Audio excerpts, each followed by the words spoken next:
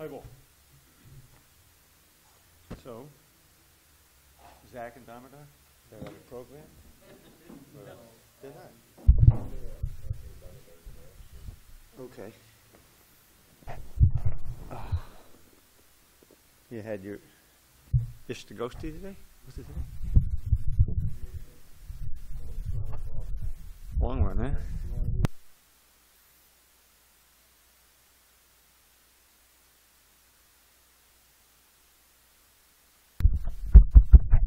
Okay. You ready? What's going on with the weather around here? Totally. I'm sure April was the coldest April, I'm sure. What do they say? April is the cruelest month. Do you remember that poem? T.S. Eliot? April is the cruelest month. Anyway. Jaya Radha Madhava Kunja Bihari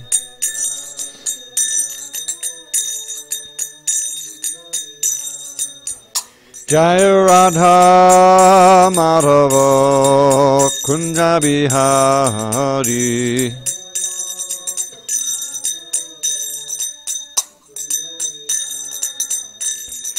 Gopi Jana Vallabha Girivardhari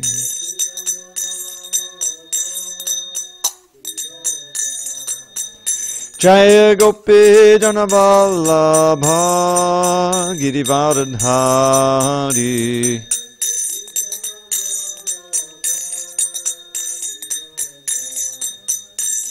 Yashodanandana Prajajana Ranjana Yashodanandana Prajajana Ranjana Yamuna Tira Vanachari Yamuna Tira Vanachari Jaya Radha Madhava Kunja Bihari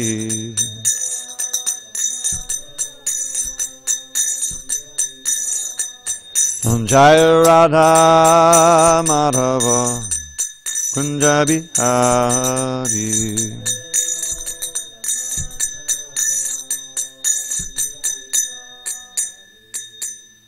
Jai Mr. Bad Paramahansa Pradikacharya Astotar to the Shishimana Divine Grace Srila A.C. Bhaktivedanta Swami Prabhupada Ki Jai ISKCON BBT Founder Acharya Srila Prabhupada Ki Jai Jai Om Vishnupad Paramahansa Pradikacharya Astotar to the Shishimana Divine Grace Srila Bhakti Siddhanta Saraswati Thakur Ki Jai Ananda Koti Vaishnavindra Ki Jai Namacharya Srila Haridas Thakur Ki Jai Srimad Bhagavad Gita Ki Jai, Samaveda Bhaktivinoda Ki Jai.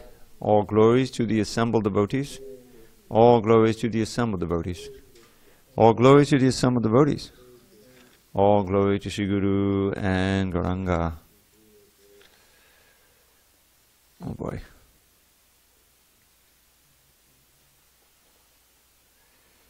Okay, is it 33? Okay, let's go with that. Everyone put their red ribbon in when we're done. That'll help. We did do 32. Yeah. Okay. 33? Okay. Om Namo Bhagavate Vasudevaya. Om Namo Bhagavate Vasudevaya. Om Namo Bhagavate Vasudevaya.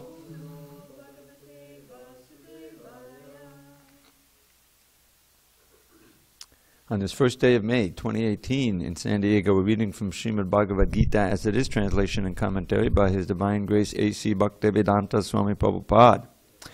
We're in chapter 13 entitled Nature, the Enjoyer, and Consciousness, and we are reading Text 33 on page 500. Oh, what page do you have? Yeah, on page 563. Yata sabhakatam saukshmyad akasham nopalipyate savatravastito dehe tatatma nopalipyate yata sabhakatam saukshmyad akasham nopalipyate savatravastito dehe tatatma nopalipyate yata sarvakatam saukshmyad akasham nopalipyate savatravastito dehe tatatma nopalipyate. Go ahead, Marcy. Yata sarvakatam saukshmyad akasham nopalipyate savatravastito dehe tatatma nopalipyate. Yata sarvakatam saukshmyad akasham nopalipyate savatravastito dehe tatatma nopalipyate. Yata as sarvakatam, all pervading, saukshmyat, due to being subtle, akasham, the sky, never, upalipyate, mixes. Sarvatra avastitaha, everywhere, avastitaha, situated, dehe, in the body, tata, no, atma, the self, never, upalipyate, mixes. Translation. The sky, due to its subtle nature, does not mix with anything, although it is all-pervading. Similarly, the soul situated in Brahman vision does not mix with the body, though situated in that body. Purport. The air enters into water, mud, stool, and whatever else is there. Still, it does not mix with anything. Similarly, the living entity, even though situated in varieties of bodies, is aloof from them due to his subtle nature. Therefore, it is impossible to see with the material eyes how the living entity is in contact with this body and how he is out of it after the destruction of the body. No one in science can ascertain this. Om Jnana Timirandasya Jnanandana Shalakaya Chakshu Unmidatam Mena Tasmai Shri Gurave Namaha. I was born in the darkness of ignorance, but my spiritual master Srila Prabhupada opened my eyes with the torchlight of knowledge.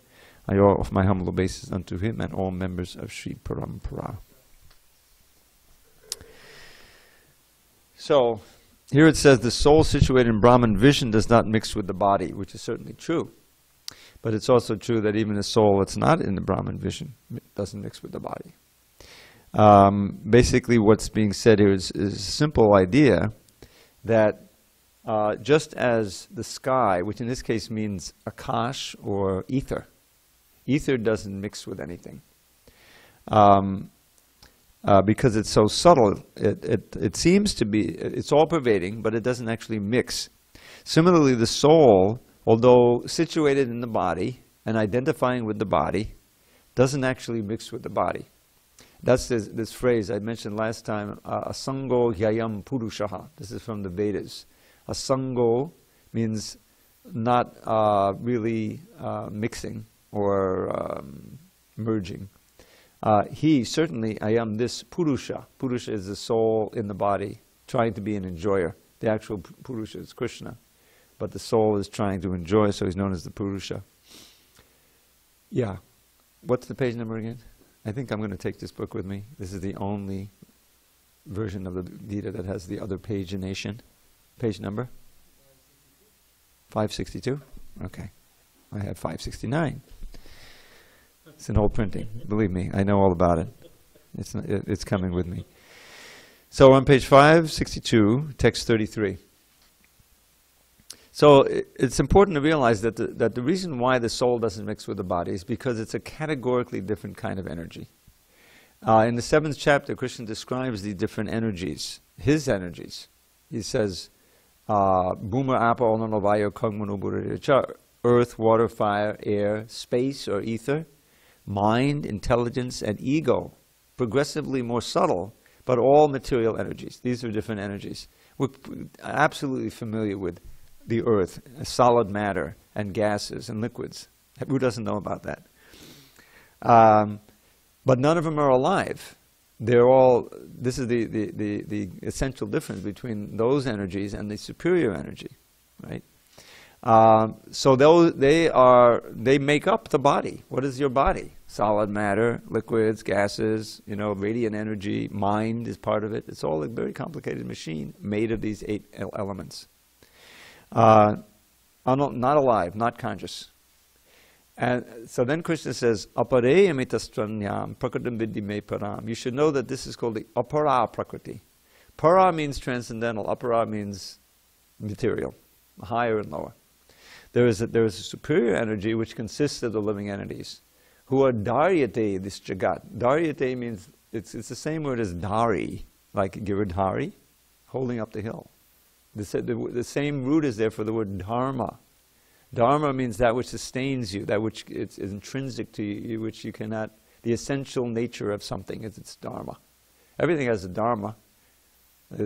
Salt has a dharma. If you see a little white powder and it's salty, and and it only costs $1 a pound or whatever they cost now, it's salt, right? A chair has a dharma. It holds you up. I like the point. If you sit on it and it collapses, it's a chair in name only. It's not performing its dharma. You have a car, it's meant to go from point A to point B. If it's not going from point A to point B, until you fix it, it's just a big lump of steel and other things. It's not really a car. It's not performing the function of a car. So, as living entities, we also have a dharma. And the dharma really is to be conscious and to serve the supreme consciousness.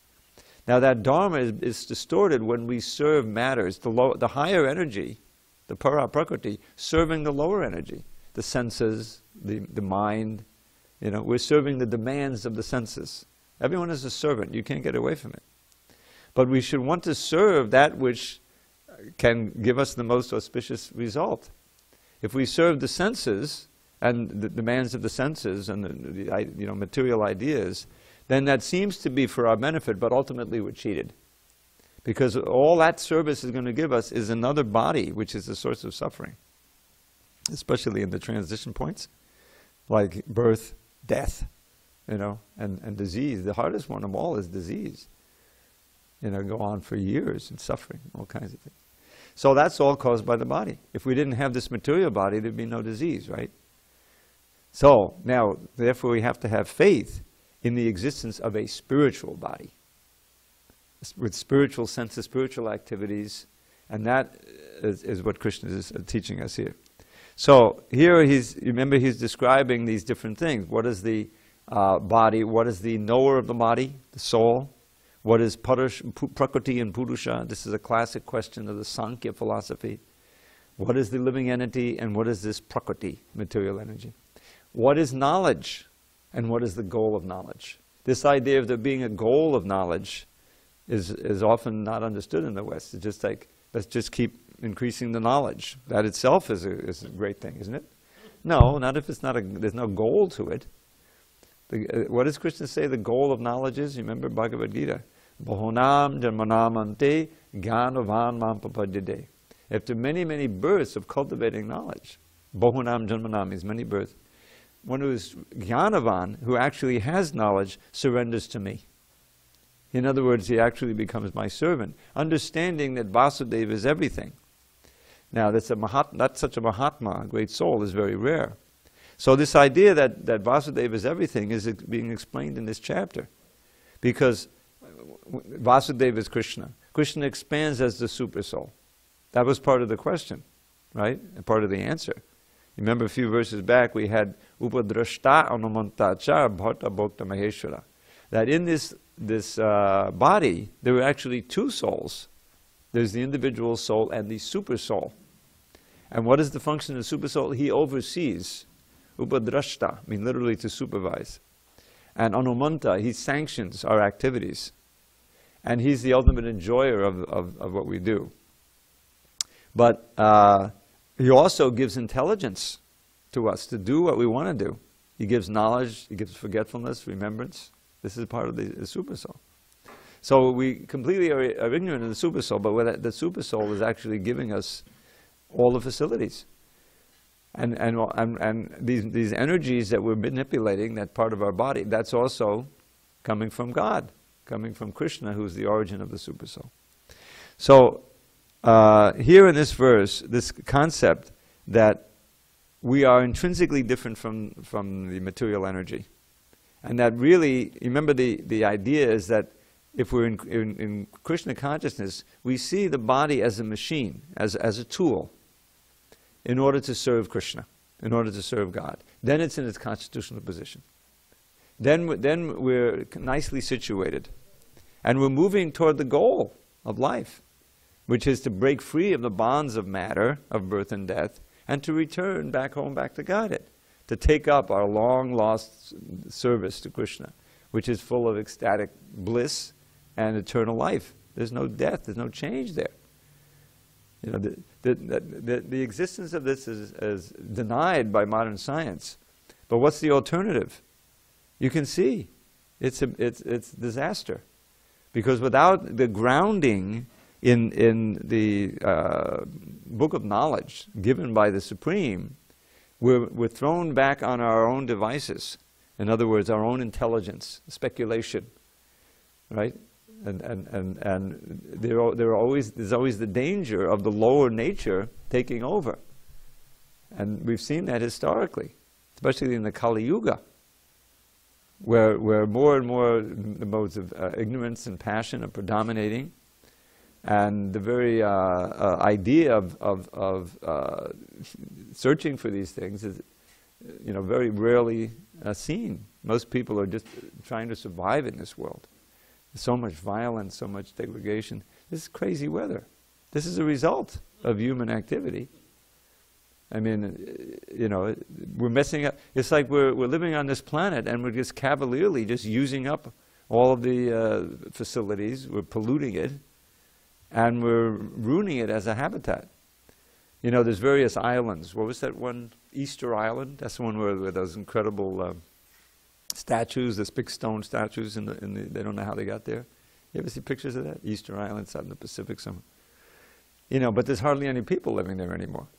And they've done, archaeology and everything. Yeah, they cut down all the trees, In other words, they had a prosperous community, but they're on an island, and they ruined it. In other words, after a while, there was no way to sustain it. It's a little microcosm of what we're doing now to the whole earth, out of ignorance. If you have a society based on more and more consumption, which is what, let's face it, capitalism is, without growth, then capitalism can't survive. Because you always have more surplus value invested. Make more, fracking, let's make more oil, build up, build the buildings bigger, more, greed. It's based on greed. How can the whole world live like that? You see, so without this philosophy, which taps into the inner source of satisfaction and pleasure, so that you can be satisfied living a much simpler life. You don't have to be a consumer of more and more and more things. You can live very simply and cultivate your consciousness of Krishna, tap into the reservoir of pleasure, and be satisfied in life, and live a peaceful life according to the rules and regulations. Without that, there always has to be this, it's like a Hobbesian, like, what is it, nasty, brutish, short. That's just 3 of the adjectives he used. What he was saying there, without a society where there's laws and rules and everything, and it's just a state of nature, then it's like animal life. He could see that. So this is the way out of it. So this is a very simple point, but it's foundational, is that we don't belong here. We don't mix with this world. We're categorically different from the material world. And what we should try to do is to contact, as far as possible, the spiritual side by becoming Krishna conscious. And then we can see everything in its true light. So much of these verses, if you go back, seeing. One who sees the super soul and the soul and everybody actually sees, right? If you just see difference of the bodies, you're seeing with the mode of passion. You're not seeing transcendentally. So we're meant to see ourselves as spiritual and everyone else as spirit, and to deal with this world through the vision of this Bhagavad Gita. Any questions on the text 33? Okay, so now he gives another analogy. We finished this chapter today. Text 34, bottom of, well, I have a different book. Okay, text 34. Yekta pakasha yatyeka Kritsnam lokamimam ravi Chaitram chaitri tata kritsnam Pakashayati bharata. O son of Bharat, as the sun alone illuminates all this universe, so does the living entity, one within the body, illuminate the entire body by consciousness. There are various theories regarding consciousness. Here in the Bhagavad Gita, the example of the sun and the sunshine is given. As the sun is situated in one place but is illuminating the whole universe, so a small particle of spirit soul, although situated in the heart of the body, is illuminating the whole body by consciousness. Thus consciousness is the proof of the presence of the soul, as sunshine or light is the proof of the presence of the sun. When the soul is present in the body, there is consciousness all over the body, and as soon as the soul has passed from the body, there is no more consciousness. This can be easily understood by any intelligent man. Therefore, consciousness is not a product of the combinations of matter. It is the symptom of the living entity. The consciousness of the living entity, although qualitatively one with the supreme consciousness, is not supreme, because the consciousness of one particular body does not share that of another body. But the super soul, which is situated in all bodies as the friend of the individual soul, is conscious of all bodies. That is the difference between supreme consciousness and individual consciousness. So this is a very simple analogy. Way back in chapter 2, we had a similar verse. He said, Abhinashi tatadvidi yena sarvam vidam tatam vinasham avyasasana kachit kartam arati. That Krishna is telling Arjuna, to get off the bodily platform. This is near his beginning of his instructions. And he says, you're lamenting for what's not lamentable. You're giving so many quotes from the Vedas, but it's all on the bodily platform. It's in consideration of the body, and you're forgetting the soul. So in the course of these verses about the soul, there's a 20-verse lesson on the soul there, at the beginning of the Gita's, of Krishna's instructions. And he has this verse, Avinashi tutadvidi yena sarvam vidam tatam, that no one can destroy that which pervades the entire body. And what pervades the body? The consciousness. So our consciousness is indestructible. This is actually a very encouraging truth to accept. It means that we will never die. Dying is more or less like getting an entirely new suit of clothes. That's no big trauma. If somehow you lose your clothes, the airline loses your luggage. I had my trauma. You remember when I got stolen in the laundry? I had we have these little shirts called kurtas, simple little things. They cost a few dollars in India. But I had like 20 of them. I had a bunch of them, so I was able to do laundry once a week. And this was a year ago now. I forget. Anyway, and somehow down at the laundromat, there's these homeless guys running around. He thought it would be good to take the blue bag. He took my blue bag, and I lost all my shirts. Well, I didn't. I had a few, and then gradually I gathered more. But okay, it was a bit traumatic at first. I went looking for the guy, and Marcy, didn't you go looking? He thought, well, he's going to look in that bag, and he's going to say, they're all wet, because I didn't. That's why they were there. Because I like to hang them up. And so I went outside, and I thought, well, maybe he threw that bag in the dumpster. I started looking in the dumpsters. And after about a day, I think you were looking for them after I gave up already. And I said, okay, they're gone. Okay, it's not the end of the world. You know, I lost that. Bhadri Narayan Maharaj happened to be in India, and I wrote him an email. I said, I got all my kurtas stolen. Can you get me some new ones? He came back with like 24 new kurtas. I just had to dyeing them and matching them. That's the whole trip. But you know, it's not the end of the world.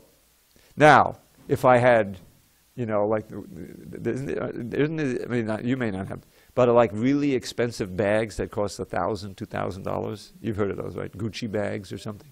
Or the shoes, another $3,000. I mean, you can spend as much money as you want on clothes, you know, expensive watch, you know. Now, that would have been traumatic.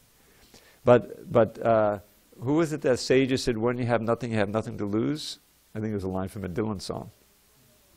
I'll tell you a story how my life was saved by that. We're going back now to, say, 1975. I've been living in New Dwarka, which is in L.A. This is our L.A. temple. And I was brahmachari, you know. And the laundromat was like across the street. It was like just a short walk in the temple. All the devotees would do their laundry there. So one day I went there to do my laundry. At that time I had maybe 4 or 5 dhotis and kurtas. That was it. And, you know, I had no money, I had no car. I was just a simple brahmachari. So I go into the laundromat. And I was standing at the end. They have a bank of washers, and then on the wall they have a lot of dryers. You know how it is. And then on one side they had some benches you could sit. So I go in there, and I'm getting ready to put my laundry, and I look at it. There's this one guy. He looked. Immediately I thought, oh, he's on speed or something, because he was going from person to person, and he was asking a serious question. I said, what's with this guy, you know? And then he came to me, and he asked me a question. And the question it was, did you come in a car? And it's the kind of thing where, you know, if you're not expecting it, you'll say, well, yes or no, or, you know. So I said, no, I just walked here. So then he went on to someone else. All right, so I put my laundry in, I'm waiting for it to get done, and I'm sitting down. And I'm looking over the bank of washers, and he asked one young guy, in early 20s, same question, obviously. And the poor guy must have said yes, because I'm looking from the back, and he opens his coat. I didn't see what was in the coat, but he has one hand like this. And the kid turns white, and they both walk out, and they get into the car, and they drive off. I said, oh boy, that doesn't look good, you know. And so, you know, after the laundry zone, I went back, and I learned that there was a bank robbery nearby. And this guy was trying to get away. And so he was trying to get you know, commandeer a car, and he found this poor kid. I don't know what happened, you know, I didn't follow it up. But if I had had a car, I would have said, sure, I would have been in that car and driving off, who knows what. So it reminded me, there's a story, one of our great, you know the story of Sanatana Goswami, when he took sannyas. He met Lord Chaitanya. He had been a minister in the government, very wealthy. This is in the early 1500s in India, in Bengal. And he and his brother were the right and left hand, you know, of the minister there, Muslim minister. So then they met Lord Chaitanya. They came, and immediately they wanted to surrender. They wanted to quit their job, you know. So Rupa Goswami, he liquidated everything, and he had a big boat full of gold. You can imagine what that's worth today, you know, $100 million or something, you know. So, but he was giving it away. He gave half, I think, to his family, a quarter to the Brahmins and devotees, and he kept a quarter for emergencies. And he kept that with describes as a very ethical grocer, you can imagine. Anyway, so Sanatana Goswami, he was at home just studying the Bhagavatam. He pleaded with the king, oh, I'm sick, I can't come to work, you know, but after a while the king, well, how sick is he, you know? So he went to see him, he was perfectly well, and we had all his Brahmin teachers with him, you know, with the Bhagavatam. So you look perfectly fine, I need you to get back to work. You know, I have so many military campaigns I have to go on, and you have to run the government. So Sanatana said, no, I can't work, I can't do it anymore. So he arrested him. So now he's in jail. So there was an old Muslim, so he's a Muslim jailkeeper, so he decided to try to bribe him. He had all this money from his brother, you know, so many gold coins. So he says, look, just let me out of the jail, I'll give you these 3,000 gold coins. But the jailer said, oh, if I let you out, I'll be arrested and executed, you know, I can't. So I said, no, you're very pious. You know, it won't happen today. I'm going to Mecca, you know, and you're a very intelligent, very pious Muslim, you know, and everything. Nothing will happen. Here's 6,000 gold coins, and I'll just tell him that I went into the, you know, to pass water in the river, and I drowned, and the body swept away. You just tell him that. No one will be seeing me. I'll go in the back roads, you know, it'll be fine. It'll be fine. So 6,000 gold coins, you know. Okay, so he was able to get out, and he had one aide with him named Ishan, and so he started walking to Vrindavan, you know, by the back roads. So eventually he came to a place that was very rugged terrain. He couldn't get over it, you know. And there's this little inn nearby, you know, a place to stay, like we'd say a motel. So he came up to the owner and he said, can you help us to get across this tract of land? And the guy said, oh, absolutely. You know, you take rest tonight and tomorrow morning I'll help you, you know, like that. So Sanatan was, he's a diplomat, you know, he says, well, why is he saying you're going to help me? So it turns out that this innkeeper, he had an astrologer with him, and the astrologer said, oh, you know, these two come in and have 8 pieces of gold with them, you know. So Sanatan Goswami asked Ishan, his aide, he said, do you have some gold? Do you have something of value with you? Because he could tell, well, what's going on? He said, yes, master, I have 7 pieces of gold. So Sanatan became angry. He said, why have you kept this death knell with us? Give me the gold, you know. So he went to the innkeeper and he said, now, just take it. You can have the gold, you know, but just show us across the, you know, get us across this rugged terrain. So the innkeeper said, oh, thank you. You know, I don't need the gold, you keep it, because I was going to kill you for it tonight. You've saved me from this sin. I'll just take you across, you know. And Sanat said, no, you keep it. If we keep it, someone else will kill us for it. You take the gold. So they got across the, yeah, he said to Sanat, my astrologer told me you had 8 pieces of gold with you. I said, I see. So they got across the land and everything was fine. And then Sanatan turned to Ishan. He said, Ishan, I think you have something balanced from the gold. He says, yes, master, I have 1 piece left, you know. He was trying to be prudent, you know. Take it and go home. You know, get on the bus and go home. So now Sanatan, you know, now he had nothing. This is what a sannyasi does, you know. So, he had nothing. And so he felt free. You know, who's going to bother him? He had nothing. You know, so he went. Then he gets to another place. He stopped, and it turns out this was one of his relatives, a brother-in-law. And so the brother says, "Oh, Sanatan, what happened?" So nothing happened. I took sannyas.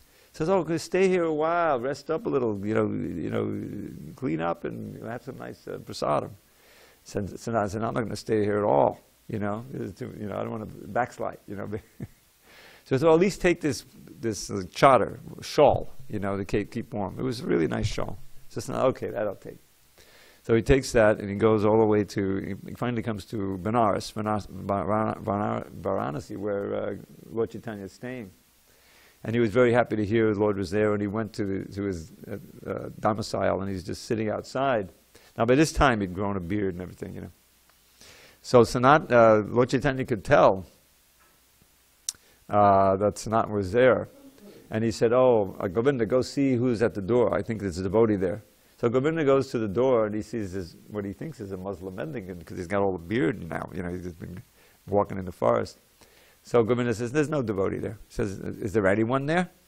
Lord Chaitanya says, yes, there's a Muslim mendicant. So invite him in. Okay, if you want. So you invite him in. Lord Chaitanya give him a big hug. You know. Oh, Sanatan, you finally come. But he was glancing at the fancy chadar. You know, he didn't say anything, but Sanatan saw him. So Sanatan goes to the bank of the Ganges, which runs along Benares, and he saw some poor fellow, you know, with a torn, dirty old chadar. You know, he said, "Let me trade this one for you." So Sanatan had a very learned bearing, you know, and everything. And so the guy, "Why are you joking with me? You know, what do you want to get?" So, "I'm not joking. Here, take this really nice chadar and give me your old, you know, beat up chadar." And so he said, "Okay, fine." You know, so he took it. Now he had this, and so he felt renounced. In other words, there's a wealth there.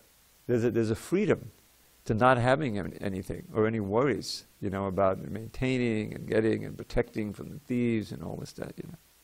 So So in general, the Goswamis, they showed how one can live at the extreme of renunciation, especially Raghunath Das, Rupa, and Sanat.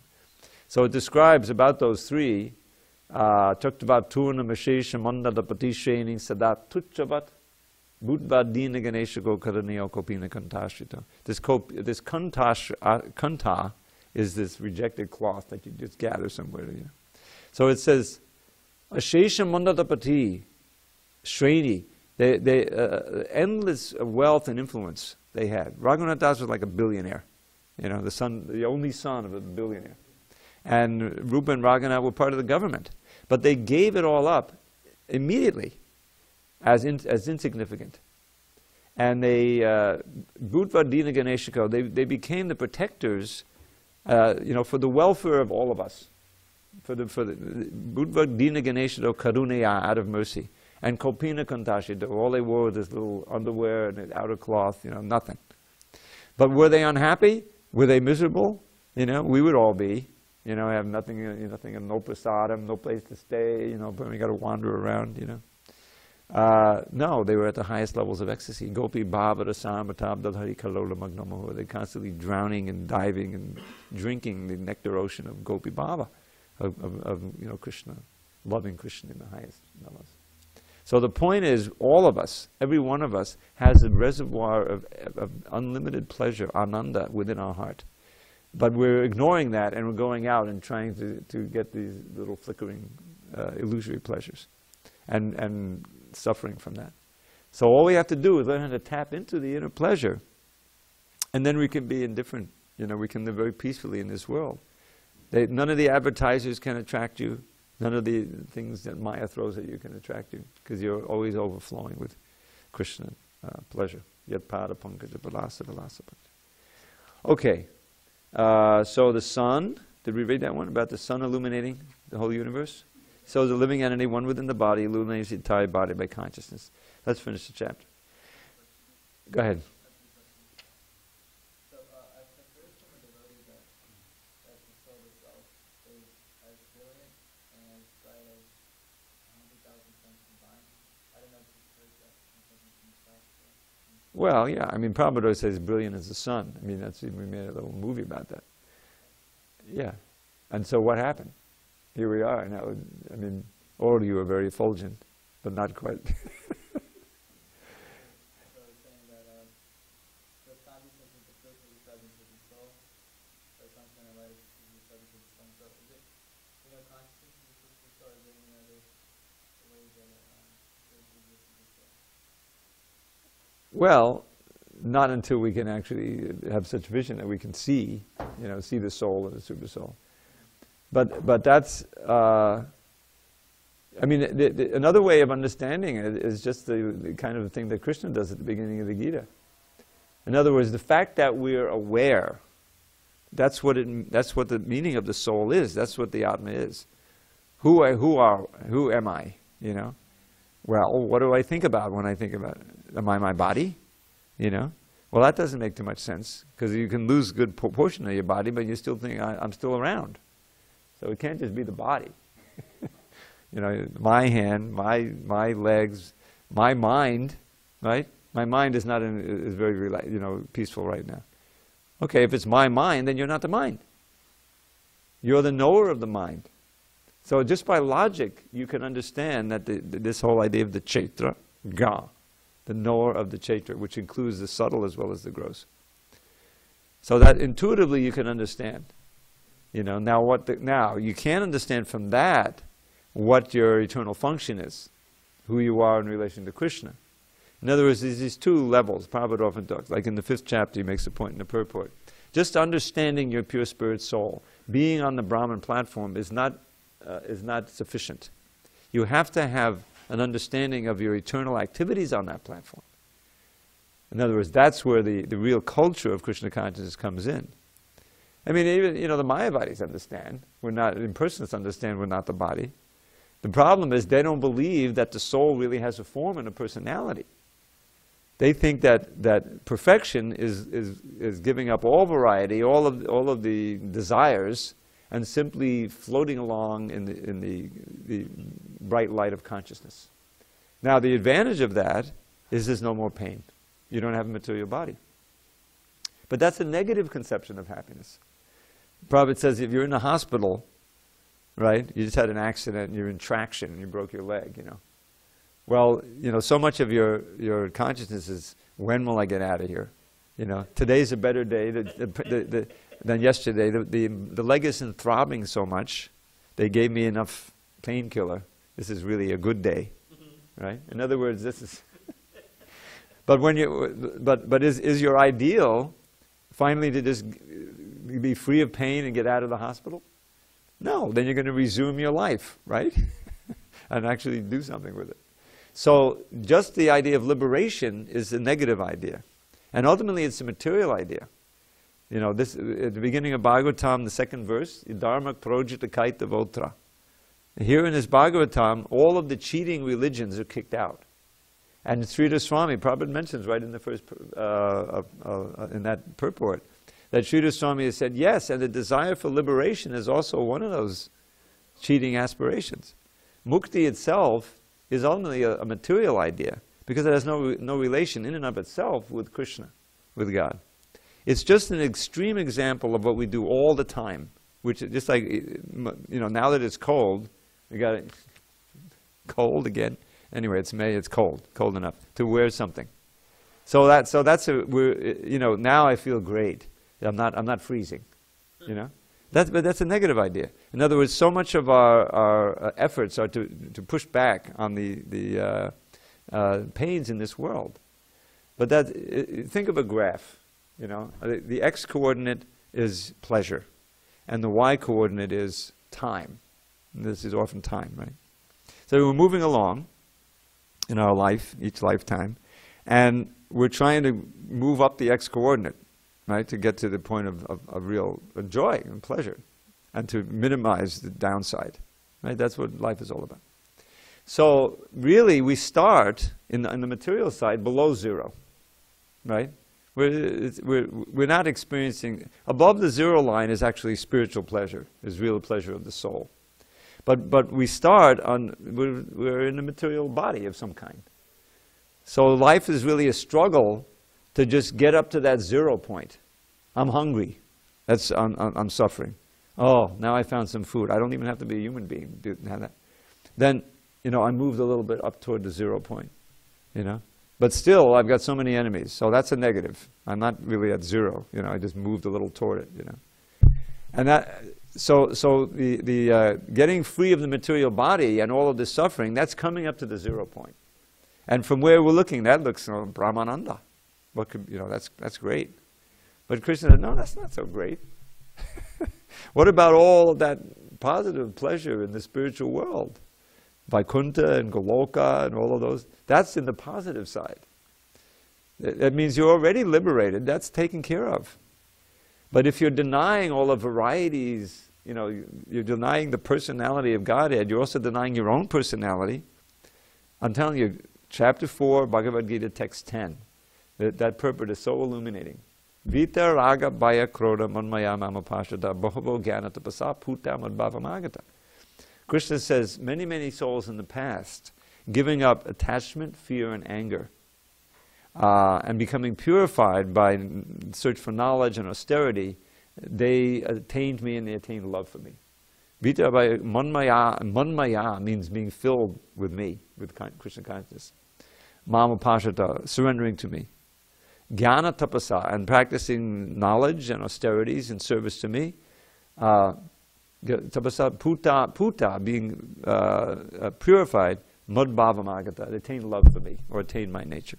Now in that purport, Prabhupada goes through the three, raga, bhaya, and krodha, and shows how those who are beset with these three items are blocked from Krishna consciousness.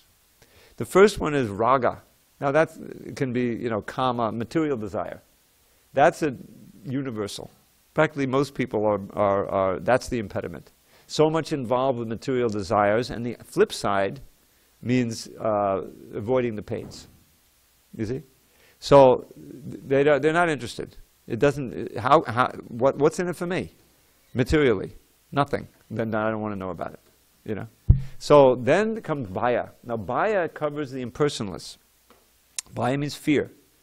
So the simple logic. I know that that this form is a source of misery. Material body is a source of misery.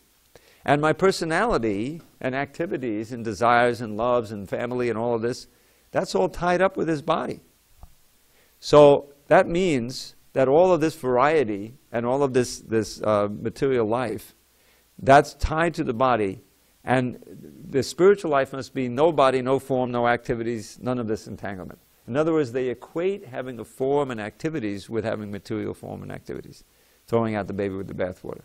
So they're afraid of being persons again because persons means body and body means suffering. You see the fallacy. They don't accept or understand the reality of spiritual body and spiritual form, especially in the Supreme.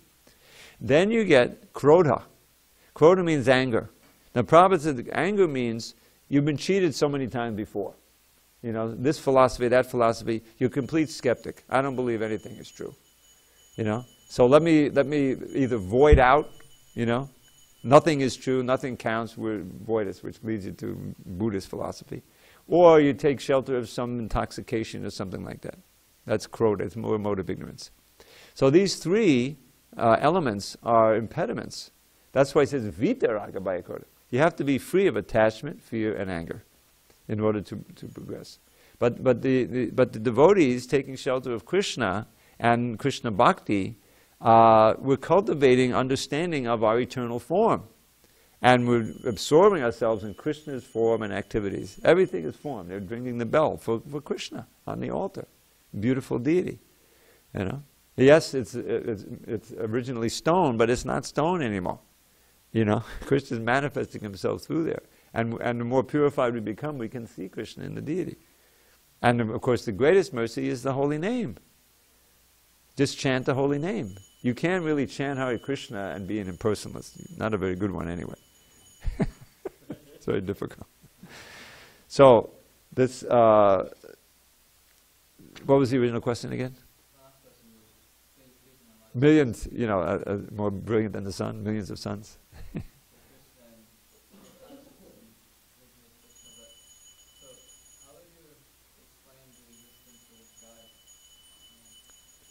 The existence of God?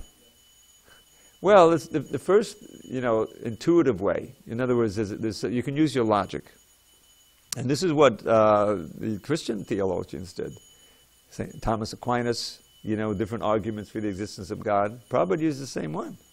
The argument from design. You know, is design a dirty word now? You know, intelligent design. Of course there's intelligent design. I mean, it's so intuitive. In other words, you know, you can tell the story of Newton, you know, Isaac Newton, very famous, you know, scientist.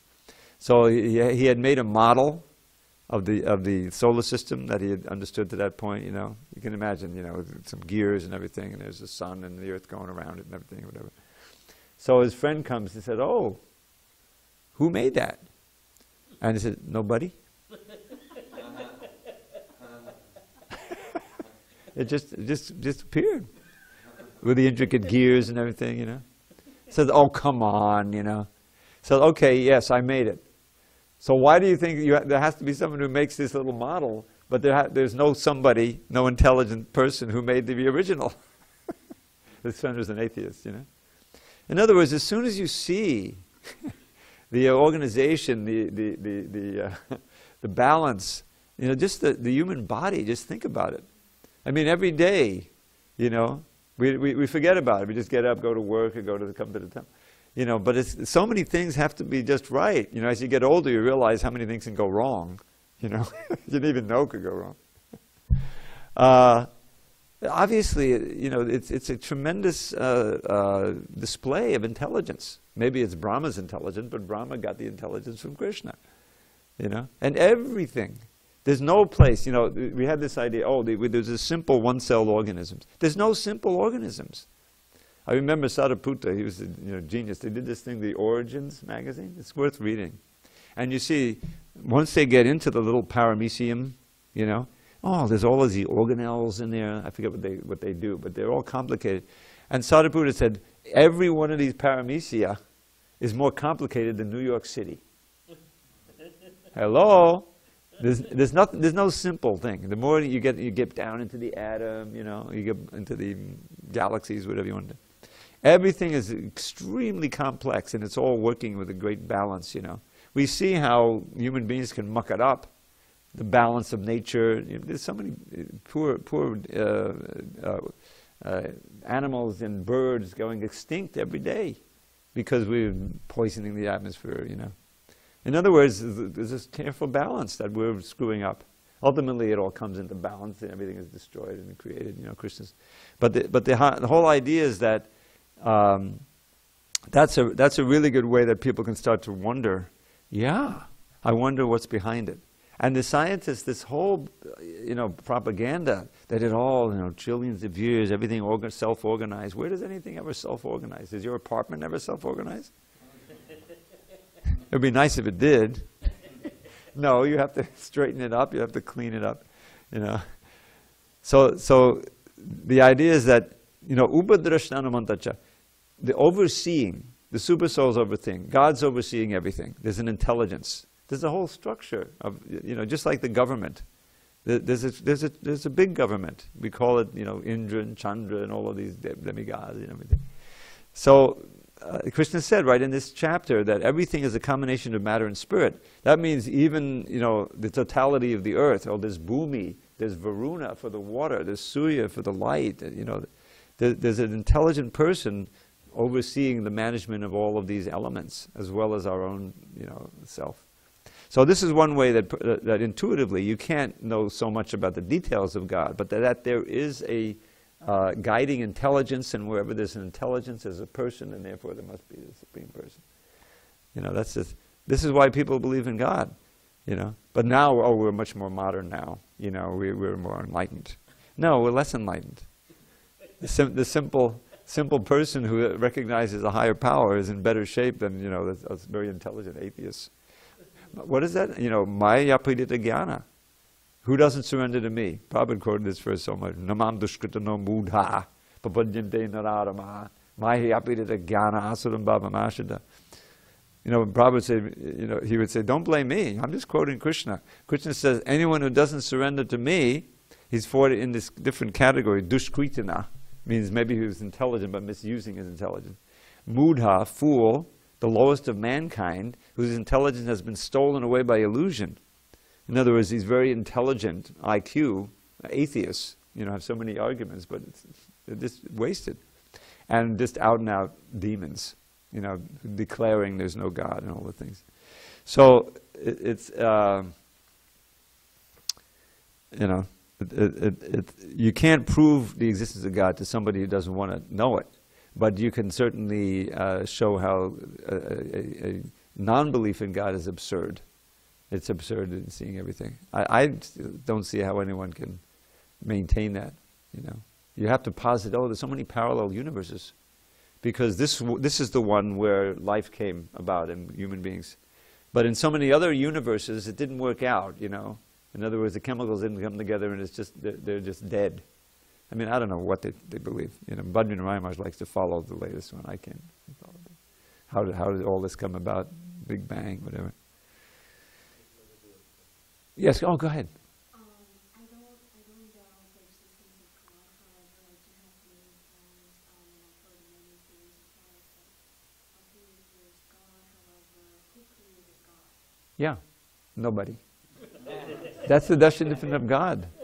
We are the uncaused cause, you know. He causes everything, but no one causes him. You know, yes, it's inconceivable. You know, we admit it. I mean, Krishna, but just because it's inconceivable to our little minds doesn't mean that it doesn't exist. So many of the things that we have today and take for granted would be inconceivable even 40 or 50 years ago. The fact that everyone's carrying around a phone and you can speak to someone across. What is this, Dick Tracy?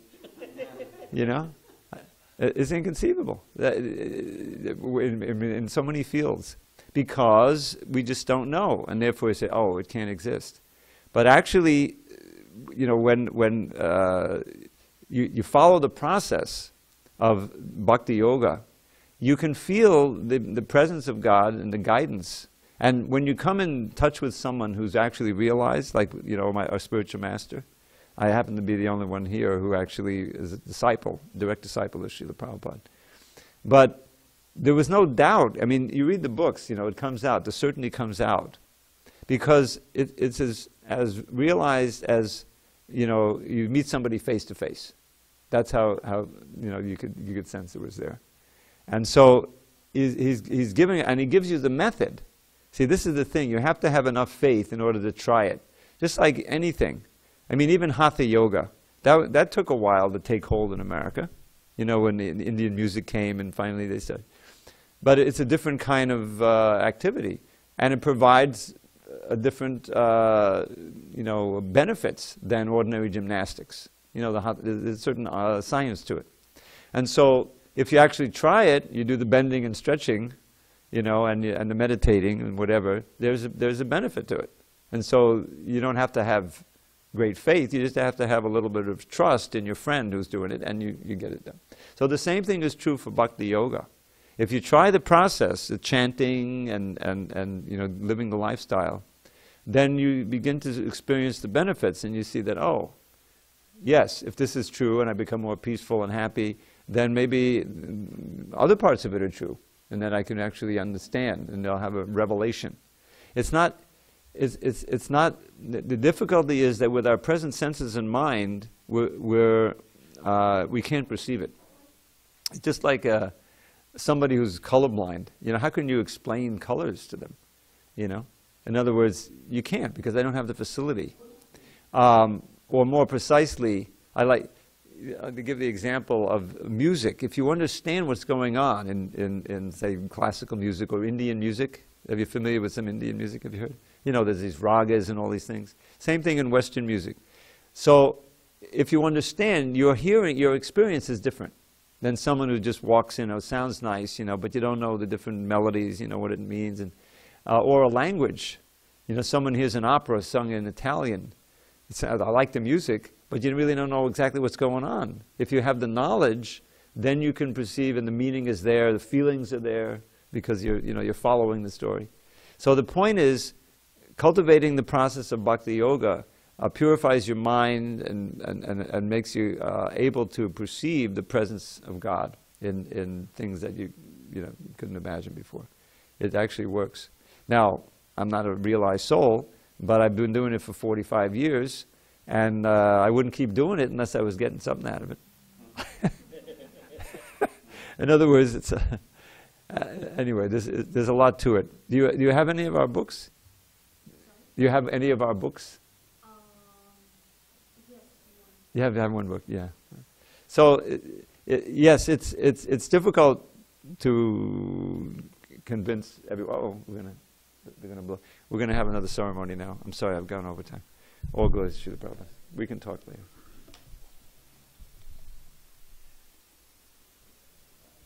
Oh. Boy, I really went over time.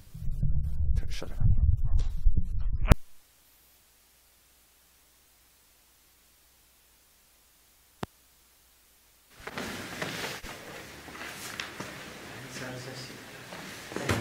Oh.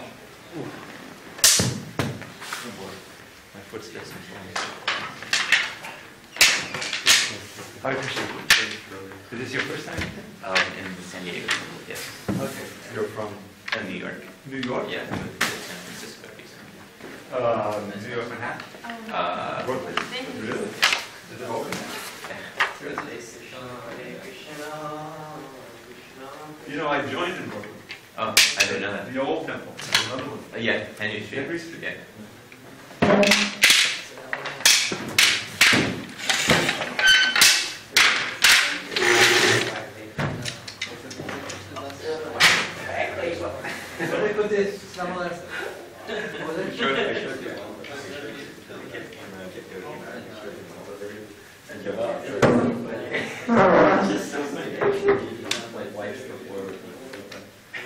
Just intellectually destroys all of our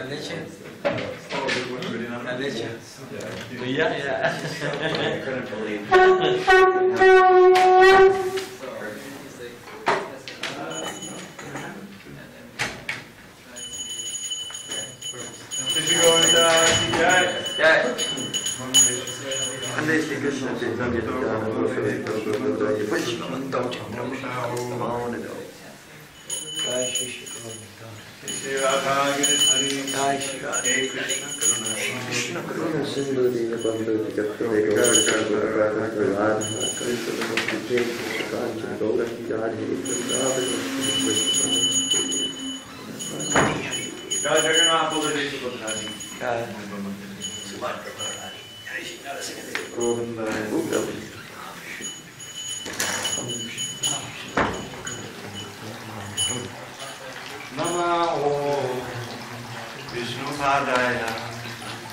Krishna Prestaya Bhutale Srimate Bhaktivedanta Swami Iti Nami Namah Vishnu Padaya Krishna Prestaya Bhutale Srimate Bhaktivedanta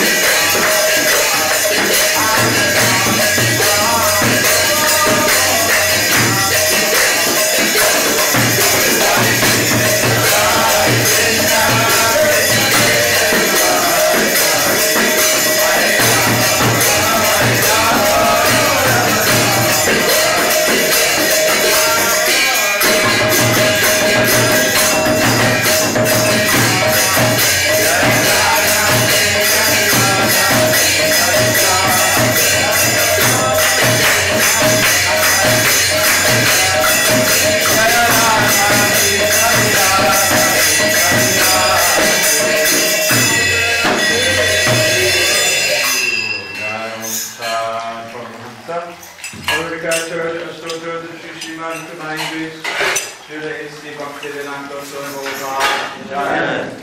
ISKCON Bhagavad Gita Prabhupada ki jai. Jai Prabhupada Paramahamsa His Divine Grace Srila Bhakti Siddhanta Saraswati Thakur ki jai. Ananta Koti Vaishnava ki jai. Namacharya Srila Haridas Thakur ki jai. Prem Shikol Shri Krishna Chaitanya Prabhu Nityananda Shri Advaita Gadadhar Shri Vasadi Gaur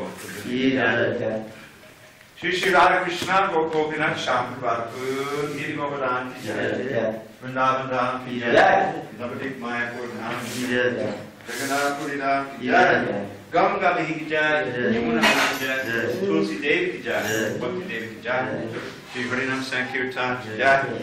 Transcendental Book Distribution ki jai. Shri Prabhupada ki jai. Samadeva Bhaktivedanta ki jai. All glories to the Son of the devotees. All glories to the Son of the devotees. All glories to the Son of the devotees. All glories to Sri Guru and Gauranga. Namaste, Namaste, Namaste.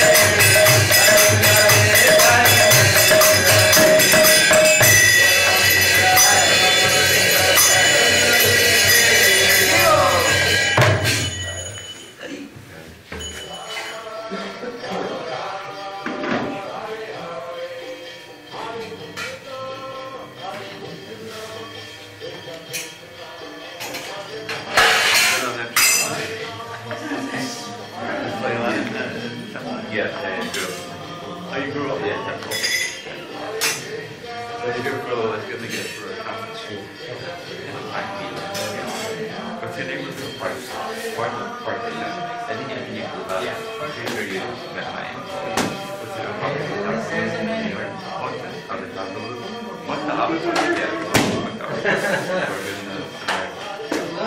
Oh no, not the original Bhagavad. We have Bhagavad here as kind of a senior. Oh, no, not here from New York. Oh, from New York. Yeah. I may have met him. Yeah. So what's happening with you?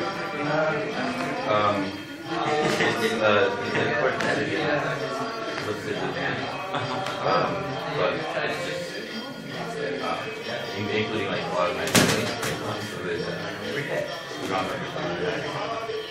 not allowed them to this. Yeah. Like, not only my family, there's a lot of like seniors and devotees that wasn't in the not allowed. You can enter the temple, right? So that's what the judge is like. The communities. Yeah. There's I guess the next step. The mediation between board and both parties, most other devotees. So the sheriffs are giving a conference. Saving Las Vegas from what is no Saving no. I'm pretty sure that. But he's still. You think that's what you think about that? Yeah.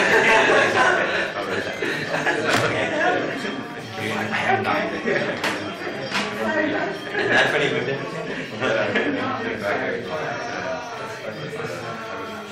I didn't even know. Yeah. So too many people. How big is it? I said, oh my God, it's kind of sweet. But yeah, and now it's probably there. But where's the temple room about? It's just or like circle. So last time I heard they was going to let us have a apartment there. I think again, it's like counting what like the GBC is offering right additional sort of complex in his island. But it's just one office, it's just like this. Is it fit? The small window has I was there back in the day. Bali was there. No. I drank seven. I was there. Yeah. And that was the time when all the cars were there.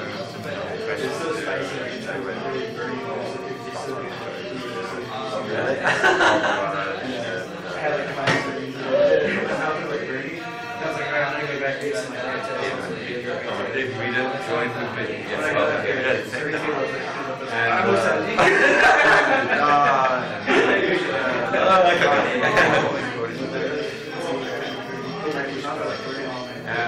And you were laying there, you know, everything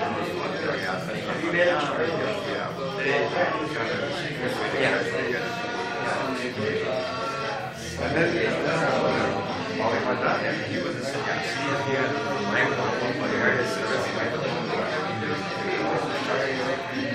someone was involved with Japanese. Supposedly she had a whole bunch of Toyotas. But that apparently was something like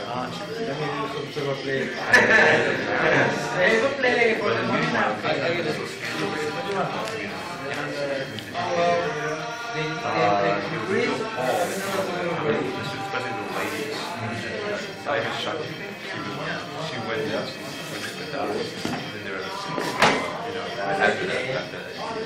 After the whole thing. So in the meanwhile, the press was here, and because of all of this